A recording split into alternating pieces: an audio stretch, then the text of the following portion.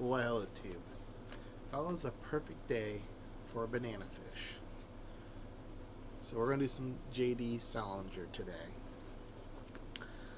Born January 1st, 1919 in Manhattan, died January 27, 2010 in Cornish, New Hampshire, which really surprised me because I thought he died young like Jack Kerouac did, but apparently, no. No, he didn't. Best known for Catching the Rye, which I've mentioned a time or two before. I was not a huge fan of.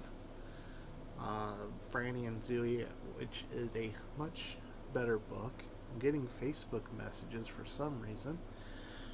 And 9 stories along with some other things. I've only read Catching the Rye, 9 stories, and Franny and Zooey out of his. He actually wrote a lot more stuff than I thought he did, but out of his works.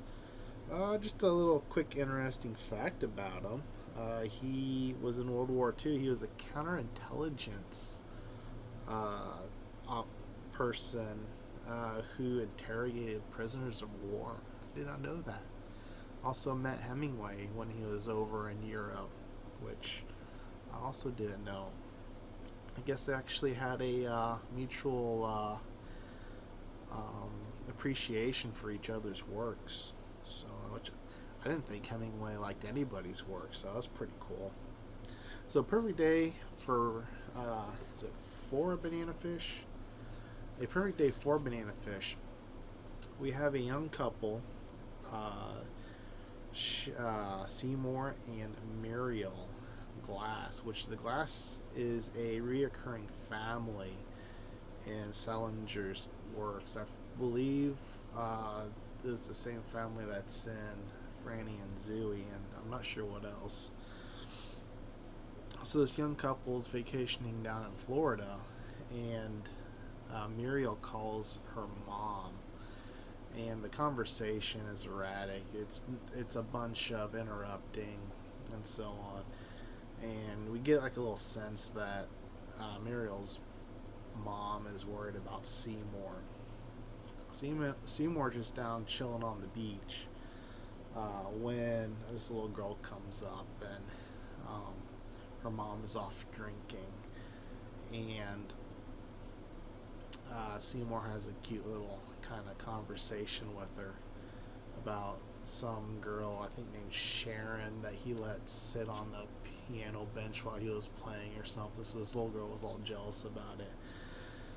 So he takes the little girl out to the ocean and puts her on like a floaty thing and tells her the story about the banana fish, how the banana fish, it's a greedy little fish that eats a lot of bananas, and then it eats itself so big that it can't get out of its little hole. But anyway, when that's all done, he goes back up to the hotel room where Muriel is taking a nap, and we have a very surprising ending to this story that I am not going to tell you about. You just have to read it to find out what happens at the end. It's a short little thing. It's only like 26 pages, but it's a very, very good start to the 9 stories, which overall find it fairly weak, but this one and the last one, Teddy, are 2 really strong stories as I can remember. I don't remember a whole lot about the other stories that are in this book, so I'll reread them and talk about them in the upcoming future. We'll work our way through 9 stories, definitely, which I want to make Saturdays into just a little short story discussion series, I guess you could call it, which I don't know if you can obviously see. I bought this one off the eBays, so I do need to get a different copy. Apparently, I'm thinking it must have been a school project, because that's the only story in this book that has any sort of